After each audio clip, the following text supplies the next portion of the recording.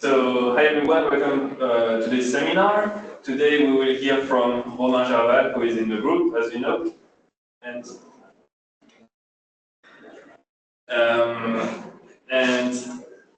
Romain will talk to us about black holes with electroweak hair. So feel free to ask questions. There will be also time at the end, as usual. And Romain, thank you for giving the seminar, and you have the floor. Okay, thank you, Romain, for introducing me. So it's a great pleasure for me to present my past research with all of you here in Aveiro. And I will tell you about black holes with electroweak hair, which was my main project with my former PhD supervisor, Romain Gervalle. So you can find our results in the physical regulator publications, whose archive reference is written on the slide. And if you are brave enough, you can also have a look to the more detailed derivation on PRD, which has more than 100 pages. But don't be afraid, I will not make a 2-hour seminar, and this will be my outline. So first, I will start with an introduction to motivate our work, present the notion of electroweak condensation that is very central to our study, and present the theoretical setup. Then I will discuss the electroweak black holes themselves in the second section, and I will conclude and give some perspectives in section 3. Okay, so let's start with the motivation, and I would like to do a brief historic review about hairy black holes. So the story begins with the no-hair conjecture, which has been derived from various results by Soviet physicists.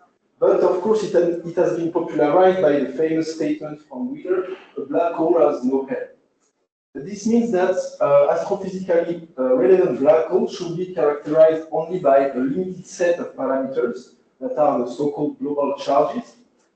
And the conjecture is actually supported in a number of special cases by the uniqueness theorems, the most famous one being the uniqueness of the Kahneman metric, when we assume GR only minimally coupled to the Maxwell electromagnetism.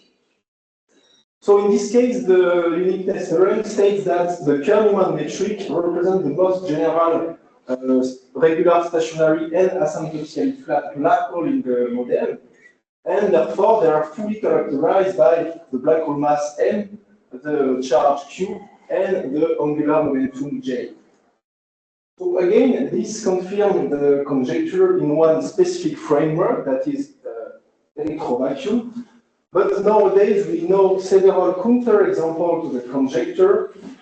The first broadly recognized one was the Einstein-Young's black holes, discovered by Volkov and Galtsov in 1989. Then, of course, we have the second famous example that are the black hole with synchronized hair, which were first explored in the scalar case by Carlos and Eugene here in the group. And then if we move to the zoo of modified gravity, we have plenty examples of hairy black hole solutions, for example, in scalar tensor theory, in massive gravity, and so on. Yes? Just one small comment, because it leads to misunderstandings. When you say most general regular, you should probably add on and outside of the horizon, because the regular has another meaning, which means regular everywhere. People talk about regular black holes, regular everywhere. Yeah. So in the statement of the theorems, typically this is emphasized. So just to avoid misunderstandings in the future, I would add that. Okay, thank you for the comment. So the underlying message is that the absence of hair is more the exception rather than the rule. And I agree with that, but at the same time, most hairy black holes are only being found in either simplified or exotic models. And I do not say that it is a bad thing, because of course studying new physics is the essence of our work as theoretical physicists. But still, gravitational wave astronomy so far confirms the clear nature of black hole, at least for the stellar ones. Here, for example, I put a recent publication from the LIGO-Virgo-Calgary collaboration. And therefore, one natural question is whether there is any room left for hairy black holes. Well, I would say yes, maybe in the early universe where high energy physics can play a significant role. Then we can argue that since we have not been able to detect primordial black holes yet, they may have some hairy features. And this is essentially the philosophy of our work. And in order to take into account some high energy effects, we consider the general relativity minimally coupled to the electroweak fields of the standard model, which are both well-tested theories. Let's just make a comment. Yes? Because that paper, GW250114, confirms the current paradigm with about 30% error bars in the quasi-normal mode. 30% is a big error. Yeah. In a sense, even imaging has 10% error bars in the shadow size. So. Yeah, I have seen the limits of this paper. But it's of course amazing, but still. Yeah. Well, precision. Yeah, we were waiting for the next generation of observatory. So establish the answer to the question: is there any room left? So yes. Yeah, that is big. Okay, so before wait, this is okay. Okay, before diving into presenting the theoretical setup, I would like to introduce you to the notion of electroweak condensation. And this phenomenon has been discovered theoretically by Enbjørn and Olsen in 1988 by using the classical equation of motion of the electroweak theory. They found that the usual X vacuum is unstable when subjected to very strong magnetic field. Specifically, the instability settles in when the norm of the magnetic field is above the W boson mass squared divided by the electron charge, which in dimensionful units makes this huge 10 to the 20 Tesla value. Then the instability yields to the formation of an electroweak condensate, which is made of massive gauge and X fields. And they also found that the second vacuum transition occurs at an even larger value of the magnetic field when B is above the X mass squared over B. And in this case, the X field vanishes and the full electroweak gauge symmetry is restored. So this is nice, but it is a classical result, and we all know that usually electroweak theory should be considered as a quantum theory. Therefore, one may ask whether quantum effects can alter or not this phenomenon of electroweak condensation. Unfortunately, we have a nice result from Chernobyl and collaborators in 2023. They performed first principle lattice simulations confirming that quantum corrections actually do not completely destroy the classical picture. Therefore, it makes some sense to study this phenomenon at the classical level. And here we are interested in the consequence for black holes. So, for example, consider a magnetically charged resonance-strong black hole. It is surrounded by a magnetic field everywhere in space, a Coulombian magnetic field, whose horizon value increases when the horizon shrinks. Therefore, we can expect these black holes to be unstable with respect to the electroweak condensation, and this is what we are going to study. This is the qualitative pictures. Yes? So when you say the quantum corrections do not destroy the classical picture, do they alter it in any way? Yeah, they alter it a little bit because at the classical level, the structure that is made in flat space by this electroweak condensation is something that is crystalline-like, which is very well ordered and everything. And when you take into account the quantum correction, if I remember well their paper, then it is not so well organized like in a crystal, the structure of the condensate. The threshold value is not changed. Already no, the threshold value remains the same. So here on the first image, we are at the threshold for the electroweak condensation. The hair just starts to appear around the black hole, and at this stage it can be described perturbatively. Then if we reduce the horizon size, then the magnetic field at the horizon will increase, and the hair will grow to the non-perturbative level. Finally, if we if we reduce the horizon size further, then eventually B will go below the second critical value, and the horizon will be surrounded by a symmetric phase where the X is almost vanishing. So when you say reduce the black hole size, you mean you consider smaller and smaller black holes, or is this dynamical, or you're just considering different? No, I'm just considering different RH. Okay, different black hole sizes. Yes. Okay. Maldacena was actually the one who conceptualized this idea in 2021.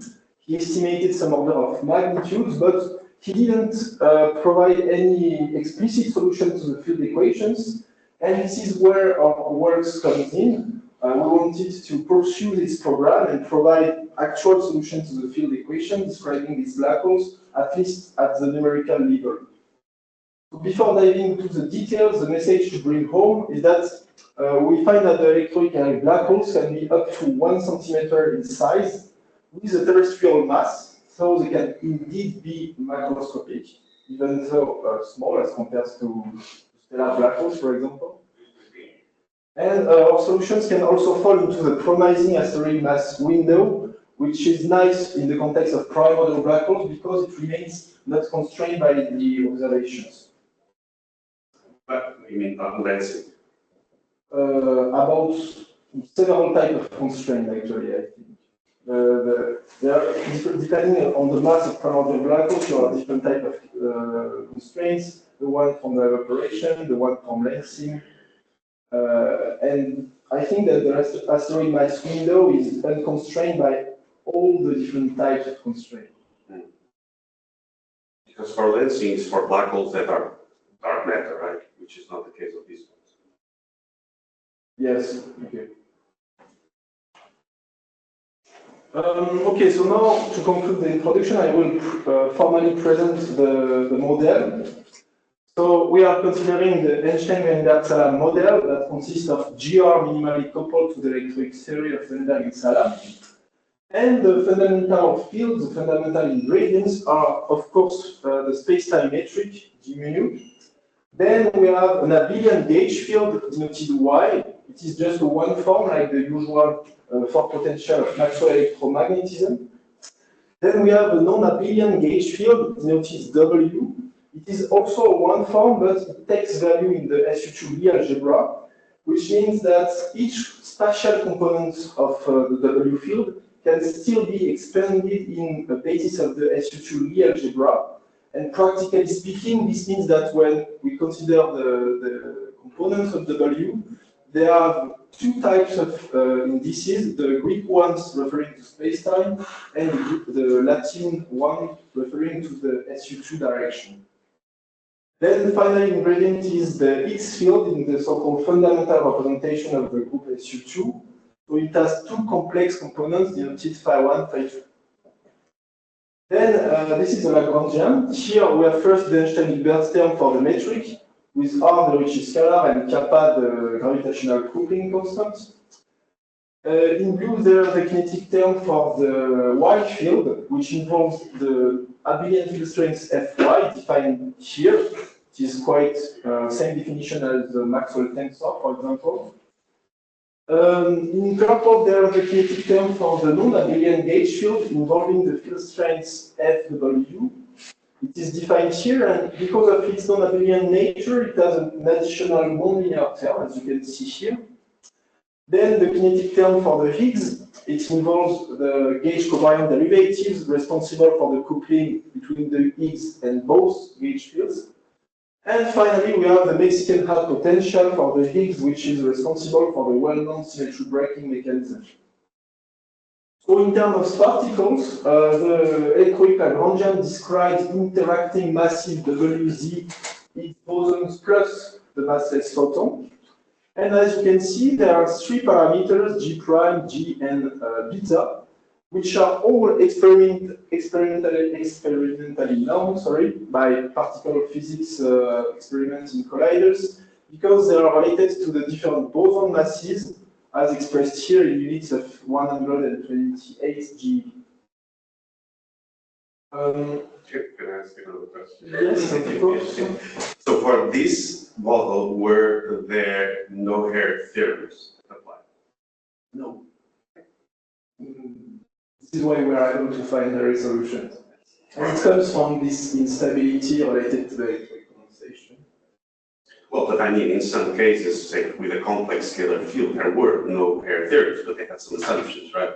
So, for instance, for spherical solutions, there was no hair theorem. Of course, there were theorems that assumed symmetry invariance, but then perhaps some of the assumptions are violated and you can find hairy black holes. So I was wondering before this sort of model, which is the electroweak sector minimally coupled to Einstein's gravity, if there were some no-hair theorems, and in your case you circumvented it by violating some of the assumptions. I see what you are saying. I think that, for example, there should exist a no-hair theorem for purely electric field configuration. I have no reference in mind, but I think this should exist. Mm-hmm. So, but not for magnetically charged. Yeah. Which is the case. Yeah, and if there is no charge, I think also we cannot have hairy black holes. So yeah, there might exist some no-hair theorem with different assumptions. I think.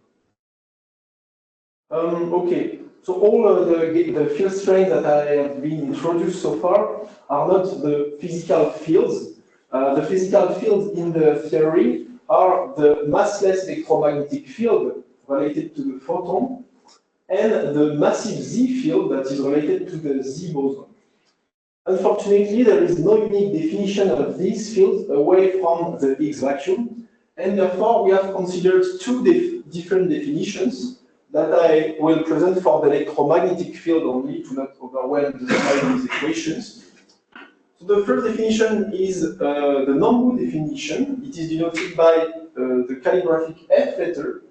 And as you can see, it is a linear combination of both field strengths, with also a contribution from the Higgs through this NA vector defined here. The specificity of the Nambu field is that it is non-closed, therefore it can admit smooth distribution of magnetic charge in space. And the second definition is from Troft.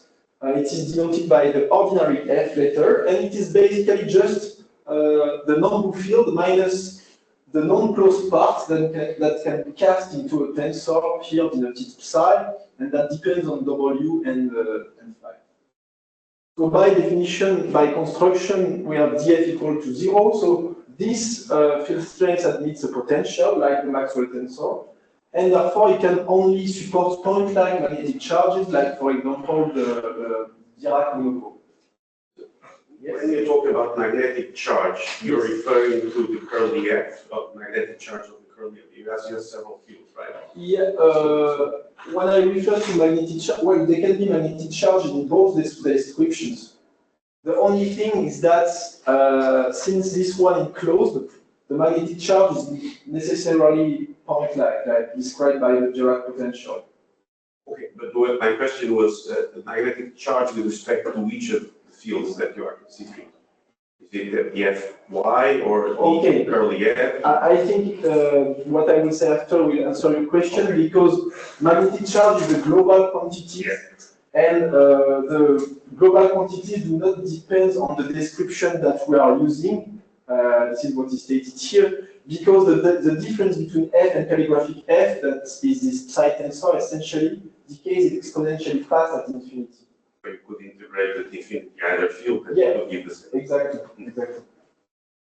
Okay, so I think this is basically what I wanted to add also is that from F or calligraphic F we can compute physical quantities. The local quantities will depend on the description, like the magnetic field, the current density, but global charges will not depend on the description we are using. That was the message. Okay, so let us now move on to the second section, and I will start with the perturbative analysis. So here the starting point is the resonance-bound solutions. So we are interested in the purely magnetic resonance-bound black hole. That is the simplest static solution to the field equations with charge.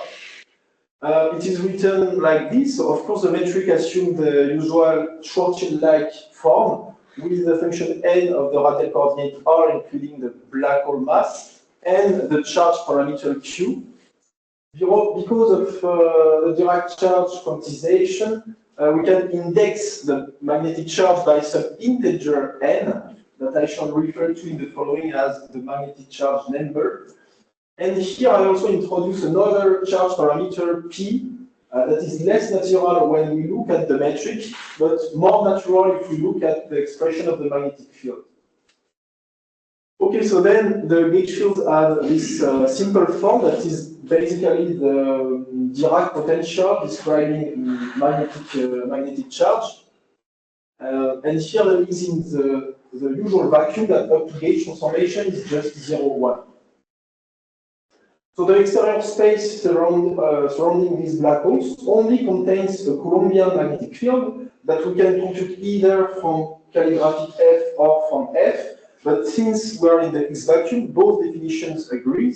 We find that it is purely radial, and it has this expression with the usual dependence in 1 over R squared. This is why I call it Coulombian. And here the charge parameter P that appear in the numerator. So this describes somehow a kind of point-like magnetic charge with some quoting marks that is hidden inside the horizon. Okay, let us now consider perturbation around resonance run. So as expected from the flat space result by Ambjord and Olson, we find that only the W boson sector contains instabilities. They are described by the following perturbation equations, that is a complex Troca equation. Here, little w describes the W boson excitations at the linear level, as you can see by the mass term here, which involves the W boson mass squared.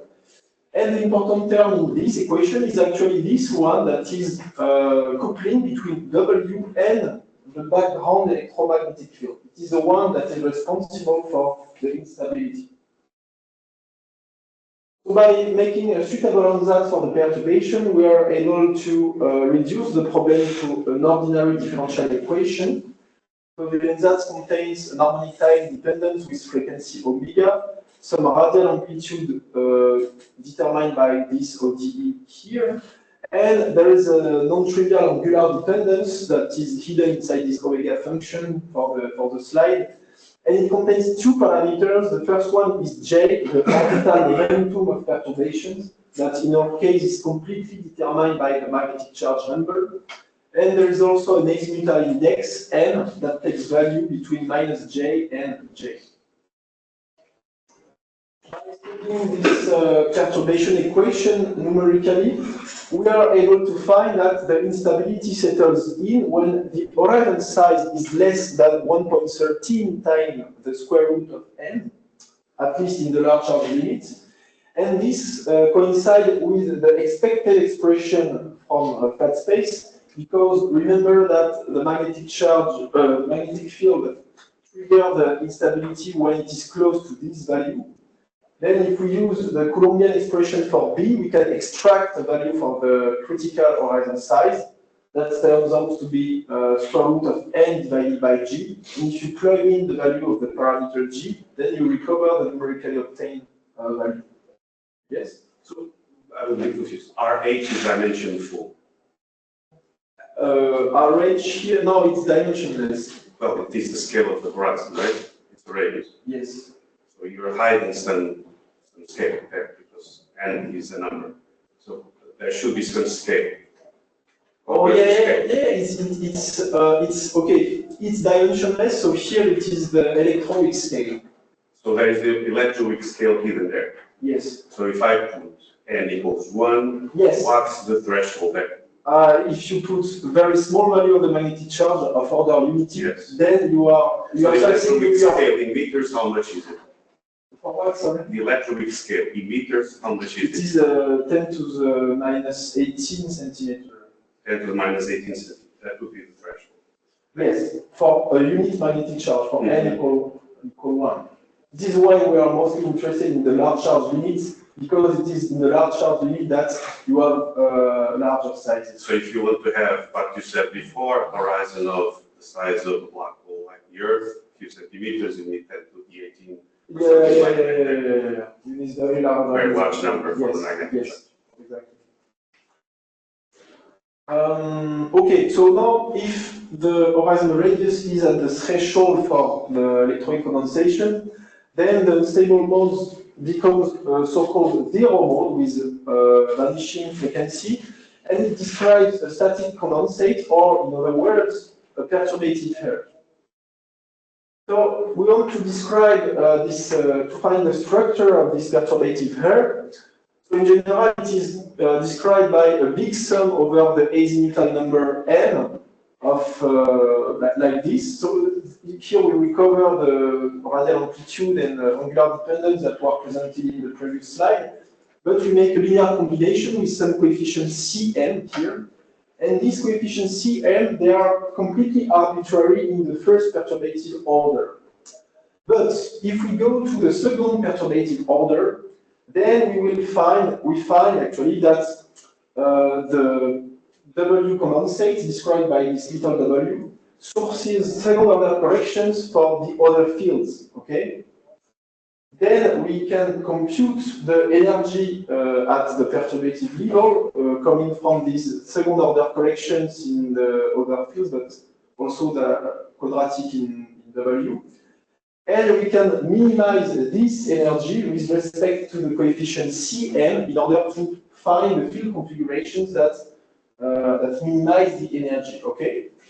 And the numerical result is that we find for the minimal energy state, the condensate produces n-2 loops of electric currents evenly distributed over the horizon. And now I will give you these nice pictures here of the perturbative air. So the black disk represents the horizon, and as you can see, it is surrounded by several loops of electric currents represented by the orange circle. And the even distribution of these loops over the horizon is actually quite natural because there are magnetic repulsion between the magnetic loops. So these configurations here maximize the mutual distance between the current loops and therefore minimize the total energy. So the current loops produce this nice magnetic field structure represented by the green arrow. And this is actually the description by using the trough field. Okay. Now, if we use instead the non-book fields, what we will obtain is that the current loops are replaced by small magnetic charges evenly distributed over the horizon, and the small magnetic charge that appear in the non-book pictures corresponds to the blue dots on my figure. Okay, so yes. So, just a curiosity, going back a little bit, if you've done the same calculation, the perturbation of the W field, but on an electrically charged or at black hole, you wouldn't find an instability or a zero mode. Yeah, I think so, because I think that in this case, for a purely electric field, I think that this gives zero. So the magnetic charge is critical. Yes.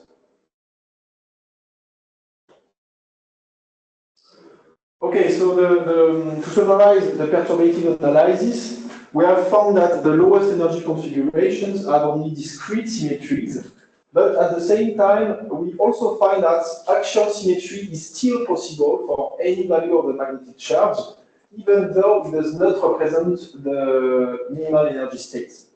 So this will be what we will consider for the non-perturbative analysis that begins just now. Yes? It's curious, I'm asking a lot of questions to understand. So you have, go back please to the previous video. Yes. So you have current loops there, Yeah. which are, this is electric current. So you have magnetic field lines as well. Yes. But you don't have a pointing vector. You mean some flux of energy? That So if E vector B is going to be non-zero. Yeah, but in this case, I think that the solutions won't be static. Is that right? That Yeah, would be yeah. my point. Oh, yeah, okay. Well, I think we have not computed the Poynting vector, but for the static condensate, I think it is vanishing. Maybe it is non-zero for the unstable modes that are not at the threshold, because these evolve dynamically. But this is really something that is static when I understand. But my question is if this wouldn't generically lead to rotation, because at the end you're turning on both these things. I see. Yeah. Generically, of course, you can have some specific points in which you can have, static. I would say that maybe with this kind of distribution of the magnetic, the electric current, maybe like the rotation that will be induced by each current is somehow cancelled by all the currents. That's my point. Maybe that's the fine tuning to guarantee exactly that you cancel it. Yeah, that's a good question actually. Yeah, I don't know. I would say that this compensate, but maybe not. Yeah. Okay, so the resonance from instability that I presented so far should grow at the non-perturbative level to form the black hole hair. And in general, we have seen that the hair has only discrete symmetries, therefore we have to solve the full 3D problem. But in order to simplify the analysis, since actual symmetry is always possible for any value of the magnetic charge, we will consider this special case that represents only an effective 2D problem. So we assume a static and actually symmetric spacetime metric, which can be parameterized in this way. It is the standard ansatz that is used by people here in the group for actually symmetric black holes. It contains 3 unknown functions of R and theta that I call U, K, and S. Someone they are called F0, F1, F2, but okay, just a name. And there is this function N of the radial coordinate that is used to fix the radial gauge. And we require it to vanish at some radius RH that defines the location of the event horizon. Then for the electric field, we assume the purely magnetic ansatz that is shown here. It is quite complicated. It contains 7 unknown functions in total of R and theta, plus also the magnetic charge number N. So the solutions will be parameterized by the horizon radius coordinates, RH. It is not the physical size, just the coordinates of the event horizon, and the magnetic charge that is indexed by the integer n. So at the end of the day, we are left with 10 nonlinear elliptic field equations to be solved, and we do so by using the free-form solver. And now I'm going to present the main properties of the solutions. Yes. So I understand you are describing the two-dimensional problem. Have you tackled the full 3D problem? No, not yet. This is actually a perspective I would like to extend by solve. Actually, FreeFan can do 3D, but I never tried to implement it for my code.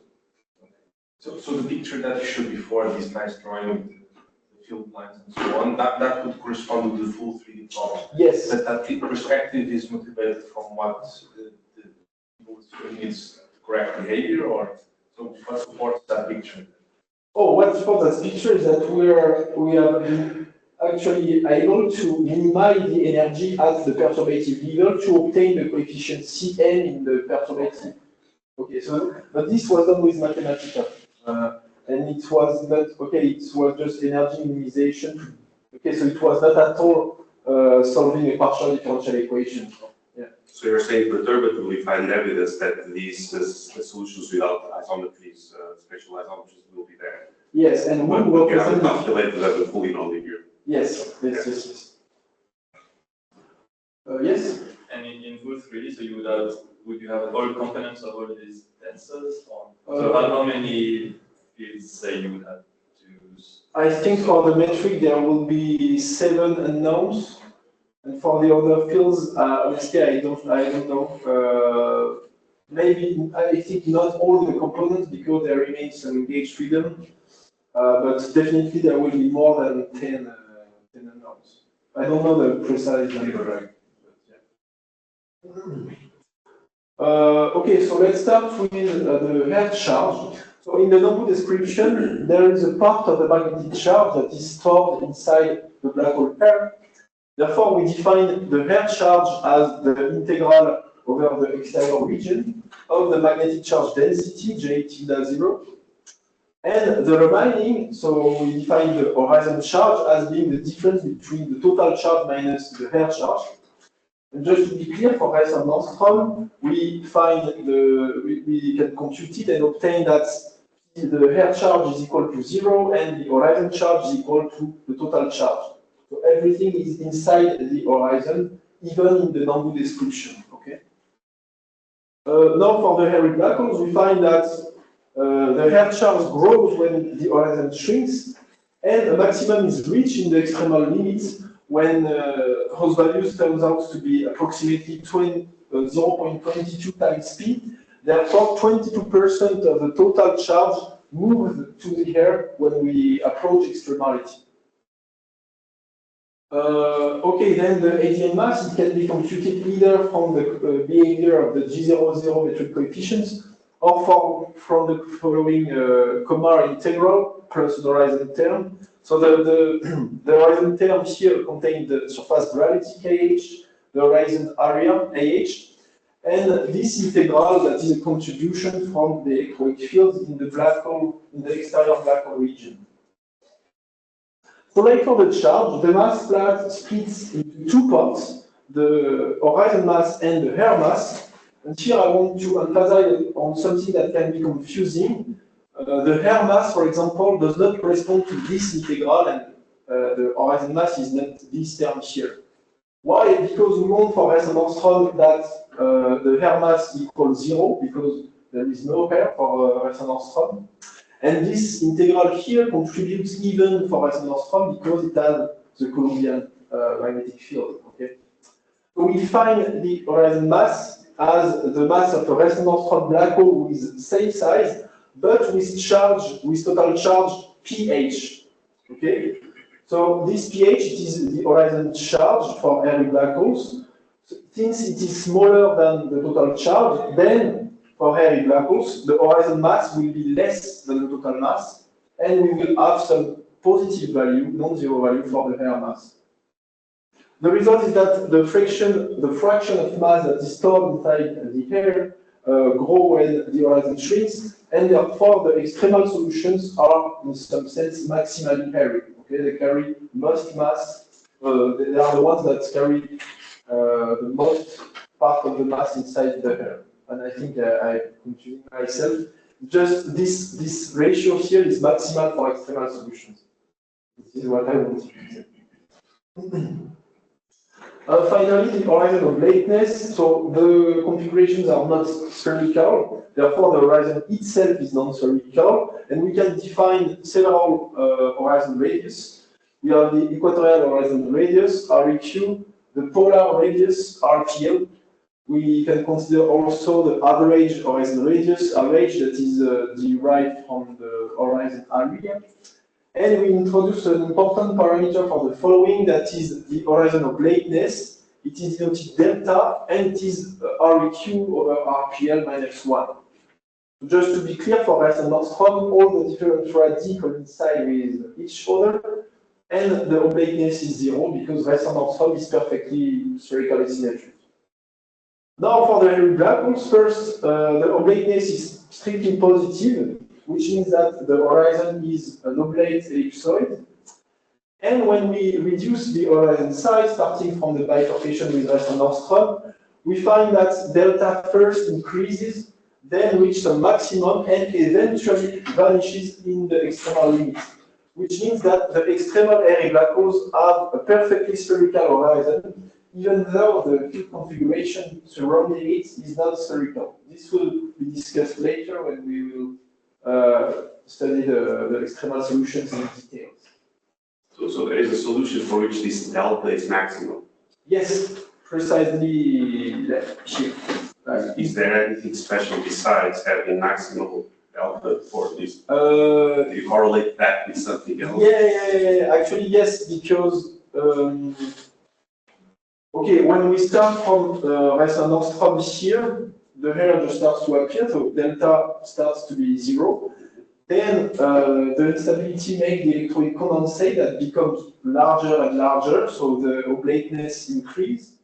But then the magnetic field will approach the second critical value, where the Higgs will approach 0, and that will make the field configuration around the horizon in the Higgs-Falls vacuum, which is a spherically symmetric configuration. Actually, this is discussed a bit later, but so we can understand why it is vanishing here and here, and therefore there is some, okay, we have some maximum in between. Yes?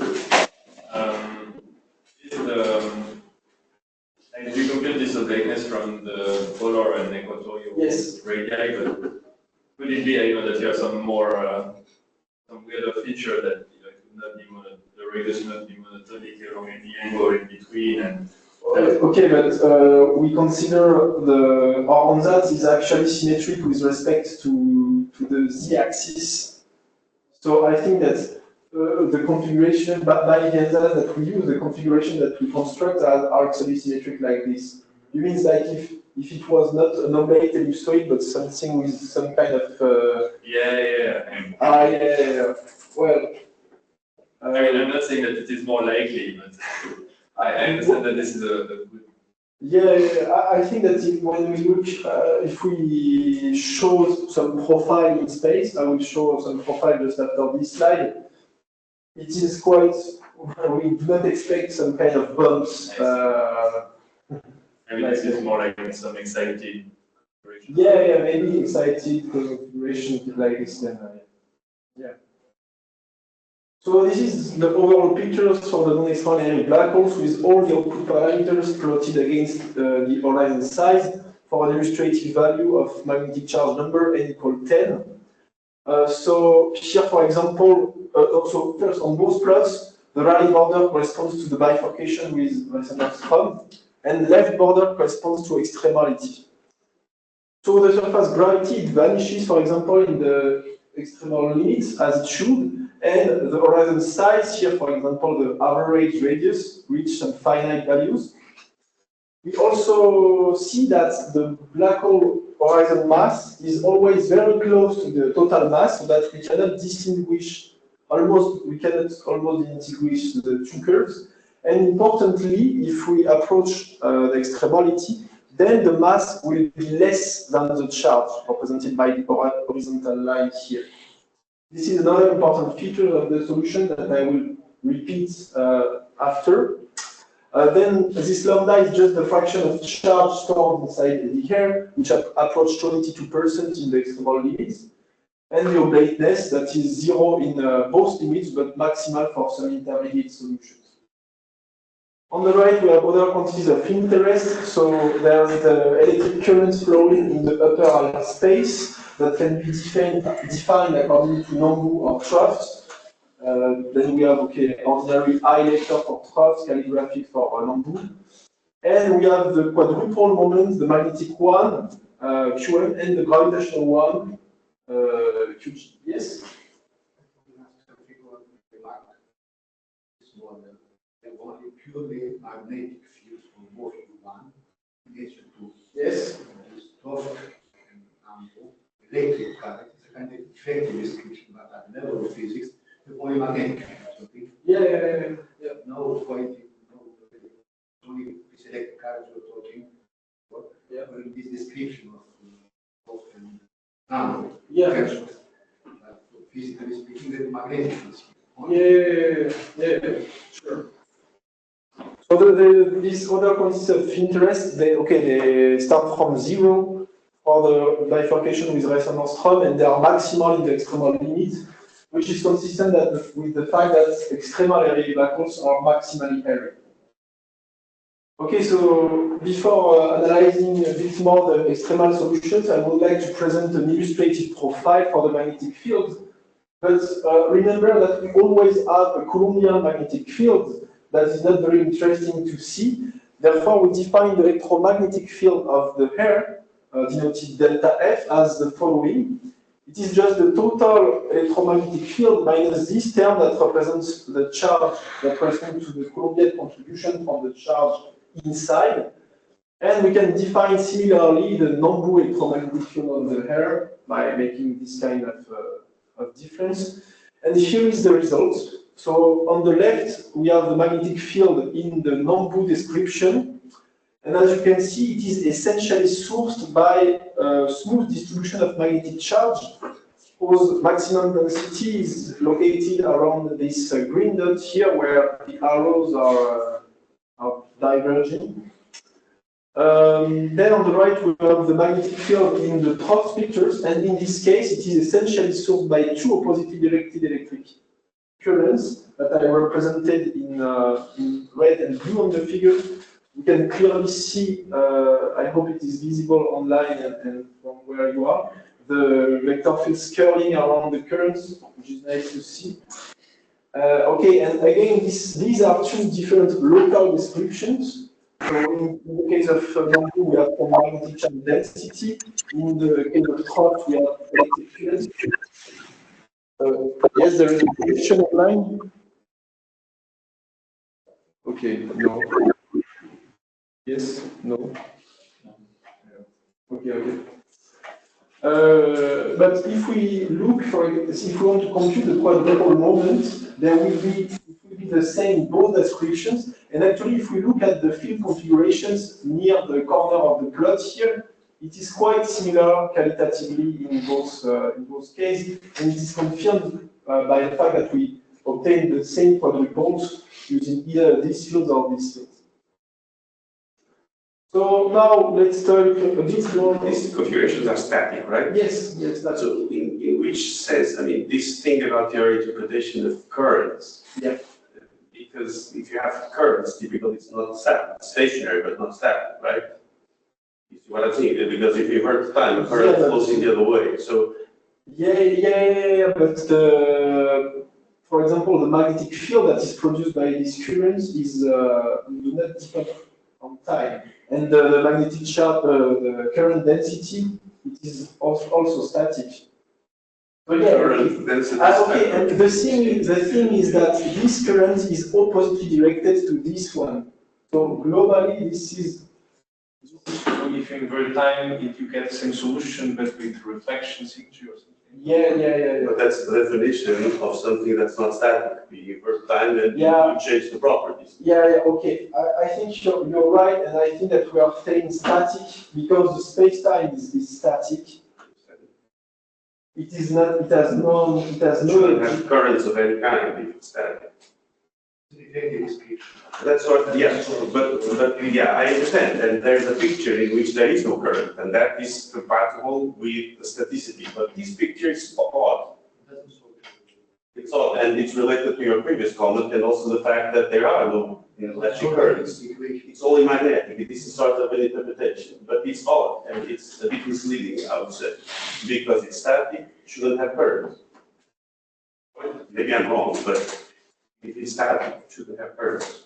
Yeah, so yeah, I think that if we. But in the end, the metric, whether we use the Croft or the number, it is static. There is no GT5 component. So I think that we can say it is stationary at the level of the electromagnetic field. Yes. Because you said the thing that's kind of quite fundamental is the magnetic charge. So I guess if you just think of it as magnetic charges, there's no current. Which is the number picture. Which is It's like interpretation. Yeah. Which is that's what I'm trying to say. But actually, there is also current in the Nambu description, but they are very weak. So even in the Nambu picture, there is some small currents. They are like in the previous slide. Calibrated I is non-zero, but it is very small. Here it is multiplied by 10, whereas the top. So in any case, there are currents. But when you say currents, let's think about basic electromagnetism. If I have a current of electric charges, I get a magnetic field. So these are currents of what? I think there are currents of W bosons, charged W bosons. And the W bosons are electrically charged. Yes. So they can rise magnetic currents. Yes. Fine, but then there is electric charge and magnetic. There is electric and magnetic field in that case. No, because if you have, if you take, for example, just a line of current, a line of electric current? No, a line of electric currents. Then you get magnetic field. And no electric fields. That's right. Yes. Well, no, I mean, of course, you get an electric field of the charges that are flowing. Yes, but in the stationary case.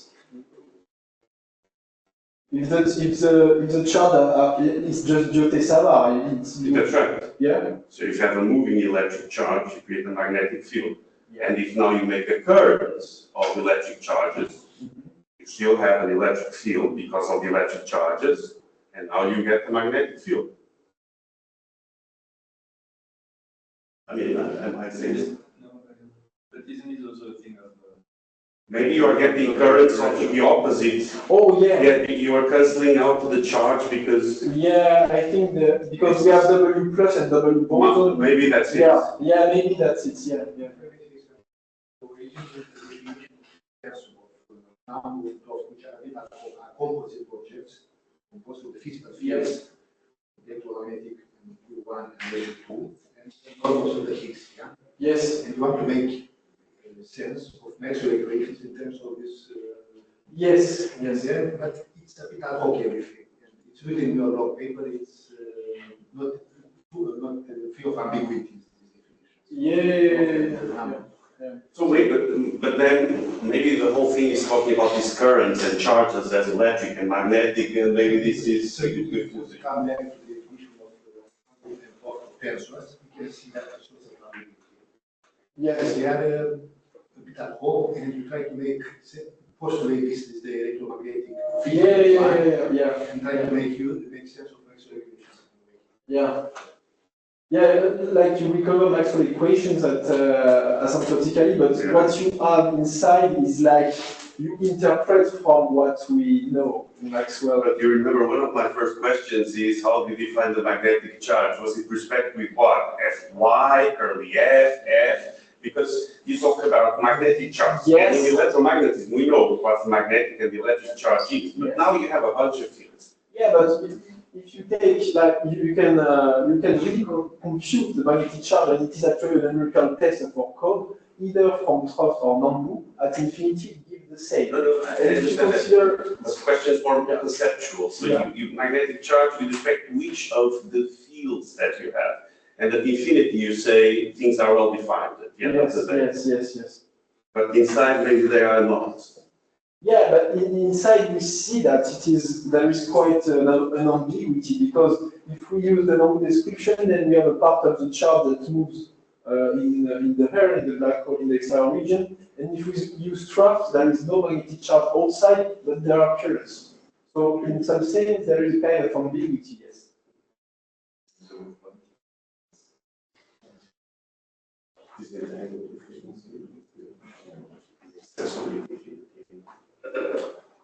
Okay, so I will now discuss the extremal solutions. And for this year, I present the output parameters against the magnetic charge. So here we have introduced a Qm that is a natural scale for the charge. It depends on the theory parameters as defined here.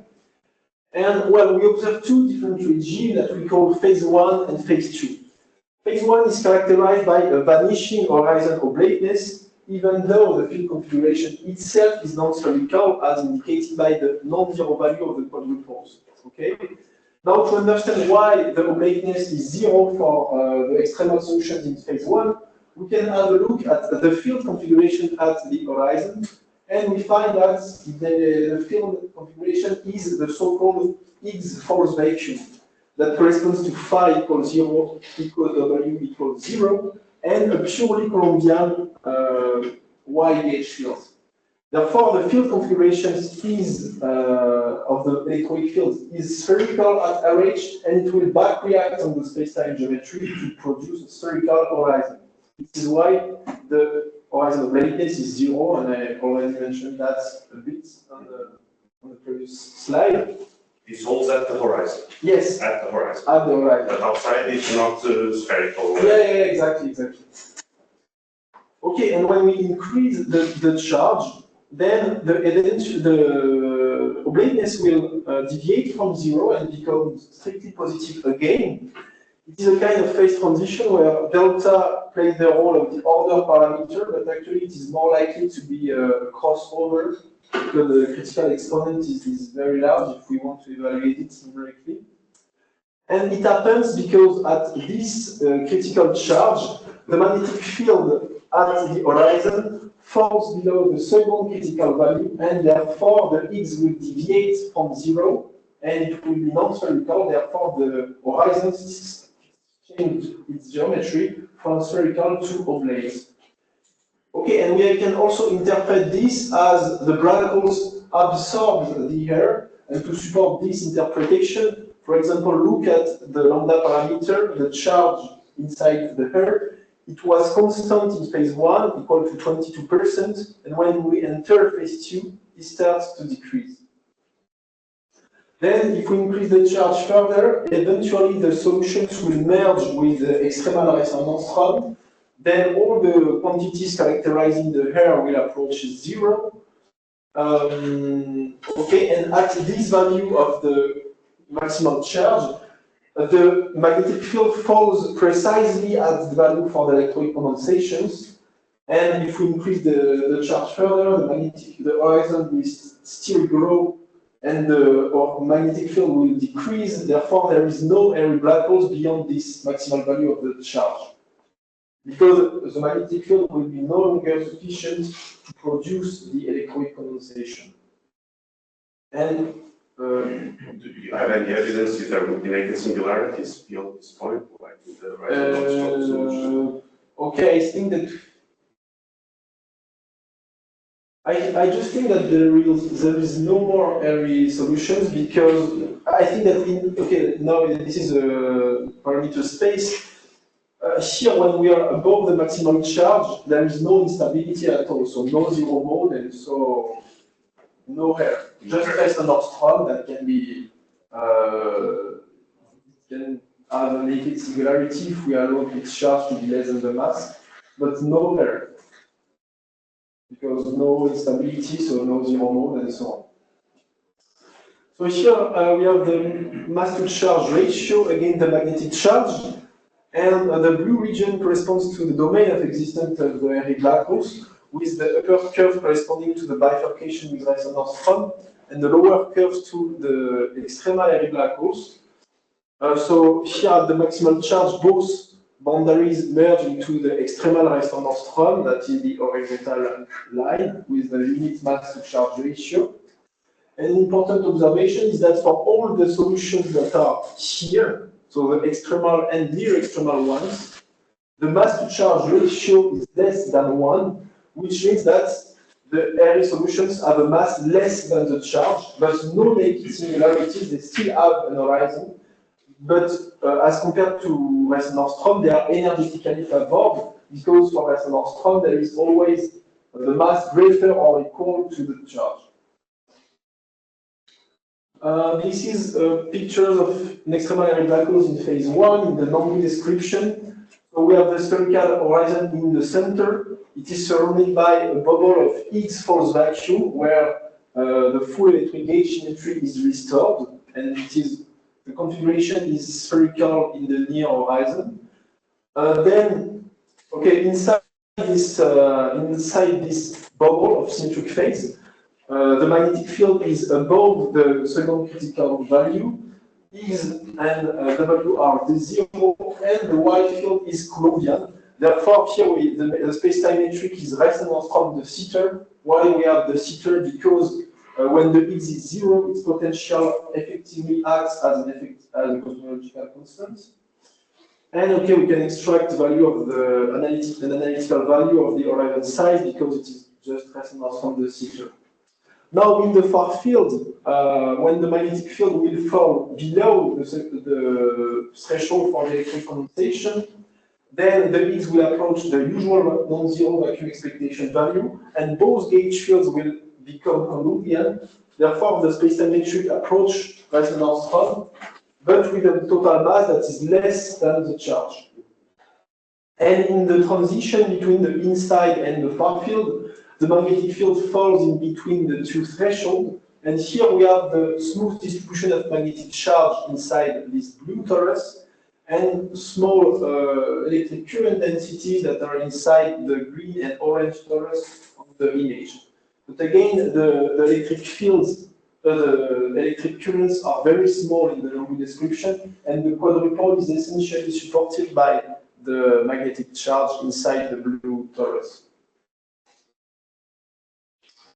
A few words about the weakness of gravity, which is because for the solutions that are far from the phase transition, so for small charge, we always have the hair mass very small as compared to the total mass. And this is because of the negative energy of the W boson inside the condensate interacting with the background magnetic field. This effectively shifts the W boson mass as follows, and therefore the mass to charge ratio of the hair is very small, even though the hair charge itself is not small. So this means that gravity is the weakest force in the system. The condensate is magnetically repelled by the black hole stronger than attracted gravitationally. And this is kind of reminiscent of the weak gravity conjecture. Now, at the same time, the condensate cannot fly away at infinity because it is made of massive fields which should obey the Yukawa law. And the result is that for small charged black holes, we can approximate the total mass as being the horizon mass, which itself can be estimated analytically to be G times Q, and it is less than the total charge because G, the parameter G, is less than 1. So again, the hairy black holes are energetically favored as compared to Westen-Nordstrom. This is explicit for the extremal solutions because of M less than Q, but it is also true for all non-extremal solutions. And before concluding, a picture of what we call the black hole corona. So here on these two plots, we have the field lines of the ordinary magnetic field, the one related to the electromagnetic field. The ordinary magnetic field is the one derived from F. Here in the sorry, I'm confused now, in the Trump description. And below is the massive magnetic field, the one related to the Z boson. So as you can see, the magnetic field lines form loops starting and ending at the horizon. This produces the quadrupole, and this is what we call the black hole corona because it is quite reminiscent of the coronal loops in the sun atmosphere. Now, what we can observe as well is that the massless and massive magnetic field flows in opposite directions, as indicated by the arrow here, which means that they are sourced by opposite currents of gauge bosons, which are charged W bosons in the case of the ordinary magnetic field, and neutral Z bosons in the case of the massive magnetic field. Now, some order of magnitudes for the maximally hairy black holes that, as we said in the beginning, corresponds to a very large value of the magnetic charge number. So their horizon size can be up to 1.4 centimeter, with the hair extending up to 2.2 centimeters. The mass is approximately 2 times 10 to the 25 kilograms, and 11% of this mass is stored inside the hair. And this value of the magnetic charge number can be terrifying, I don't know, but if we place such a black hole at the center of the sun and evaluate the magnetic field at the surface, then we find that it will be about 0.1 Tesla, which is the same order of magnitude as the magnetic field for a sunspot. So it is not physically large. Okay. But these are 10 to the 32 magnetic monopole. Yes. We haven't found one. 1 to the 32. Yeah. Just to give the maximal size, which is now the question is how to produce these monopoles, of course. But still, we can have like smaller values. There, we can have millimeter size and so on with this. But yeah. Now the conclusion. So we have been able to construct black holes with an actually symmetric electronic hair, which are quite compelling candidates for both hairy black holes and magnetic monopoles relying on no exotic physics beyond the standard model and general relativity. We find that the hair features an electronic symmetric phase where the Higgs is vanishing. It contains loops of currents carried by the gauge bosons, which generate the black hole corona. The Westen-Nordstrom black hole, the hairy black holes cannot decay into Westen-Nordstrom because they are less energetic. In particular, in the extremal limit, the mass is less than the charge, but the perturbative analysis revealed that they can still reduce their energy by splitting their hair into a fully spread corona with several loops of currents instead of just 2. This has never been described at the non-perturbative level. It would be an interesting perspective. And finally, of course, we have not investigated a formation mechanism But we argue that they could have been created in the fluctuating magnetic field of the early universe, maybe by pair creation or something like that. Therefore, they would be interesting primordial black holes to look for in the cosmos. And just before lunch, I leave you with the detailed perspective that I will not discuss much through, because we are all hungry at this. So,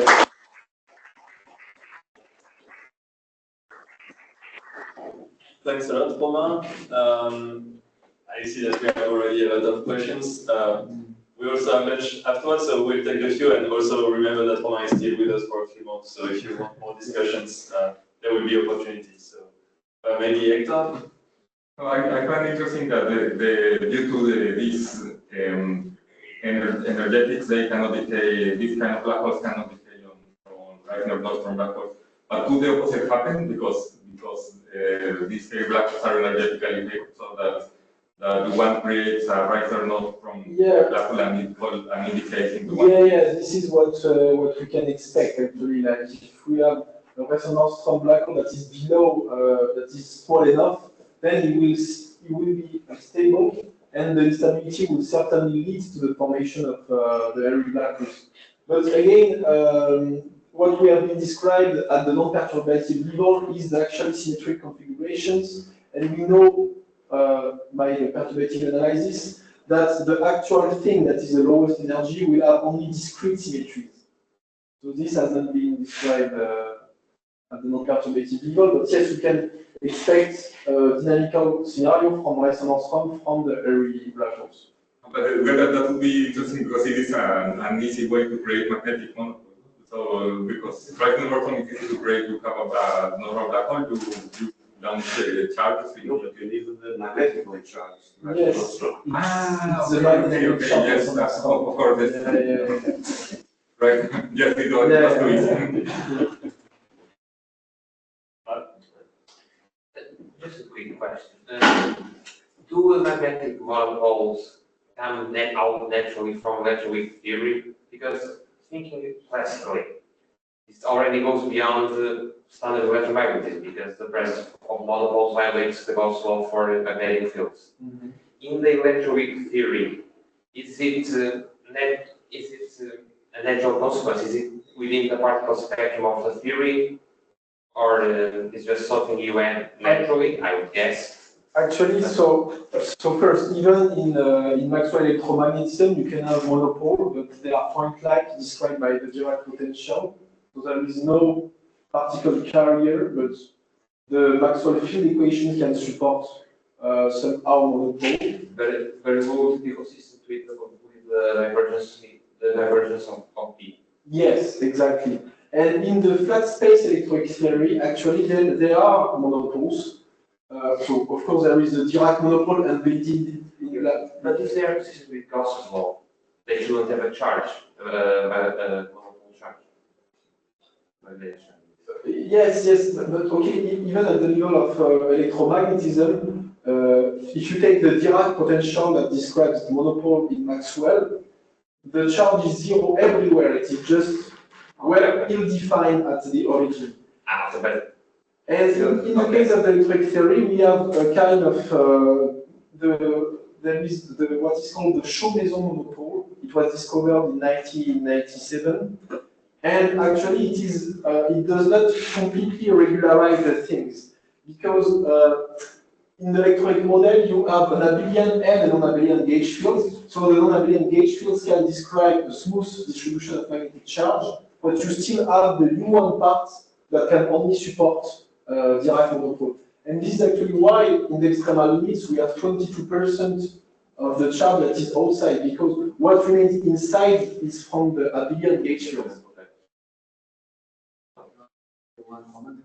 Yeah, it's still not inside. I mean, the mass diverges. Yes. It's not the particle. Yes. Arises to regularize. Yes. Okay. Yeah, that's the thing. Thank you, Eugene, for the comments. And Pedro, you wanted to? Yeah, so thanks for a very interesting seminar. So I was thinking ways to circumvent the needs of having a magnetic charge. So instead of starting with Riser nostrum, if you start with Kerr Newman, with the electric charge, but of rotation you have magnetic field, would that be enough to trigger this kind of electrocondensate?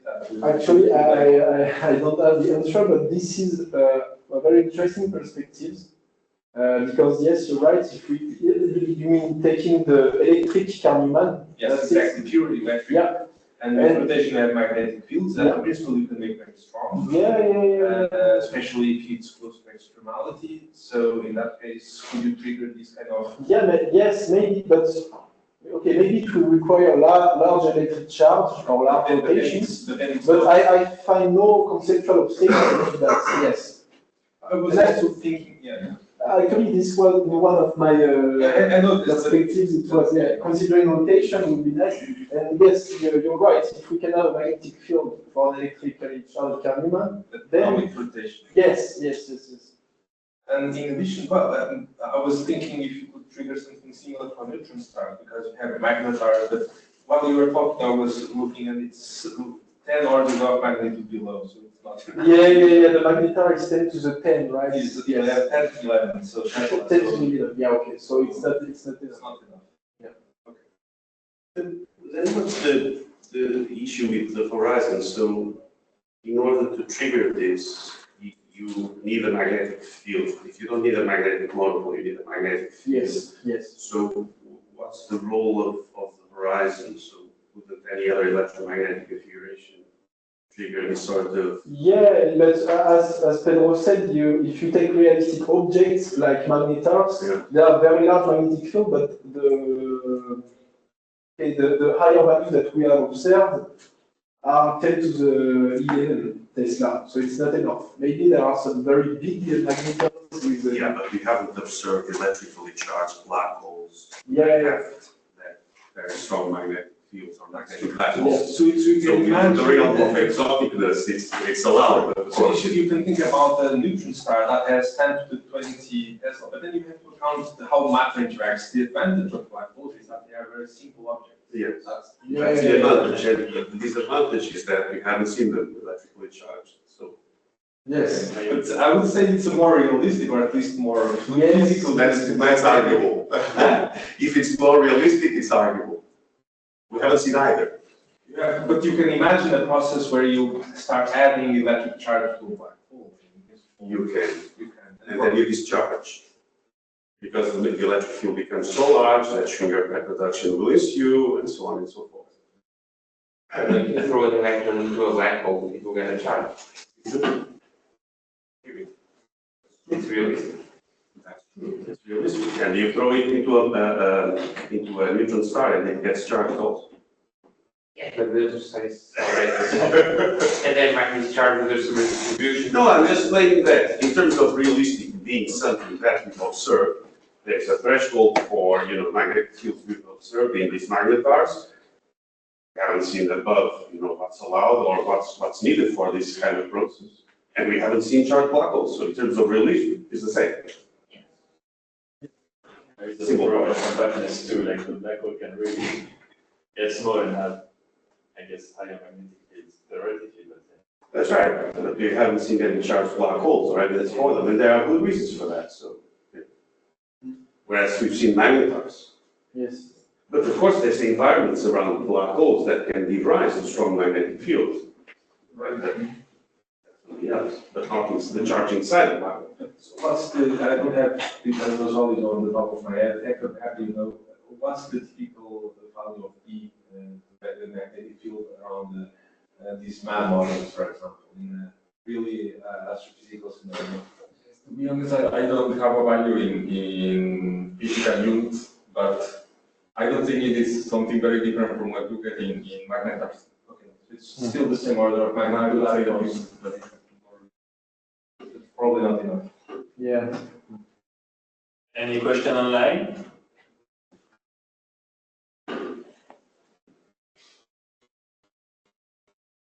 It doesn't seem so. Actually, I had a very small comments, but yeah, this thing of the discrete symmetry that you were saying, or that the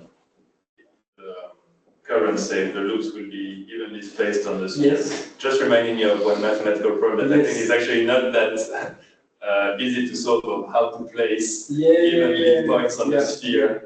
So Yeah, it is an easy problem on the circle, but on the sphere it is much more complicated. yeah, I think for the first few you can guess, but then it becomes hard to guess. So, well, I don't know what's the status of the research in that, but maybe you can give a new life with these models. I think it's a very old way to tackle the problem, but maybe within the Department of Mathematics, that's the way you can advertise your project. But anyway, so well, we'll stop it here. Thanks again, Romain.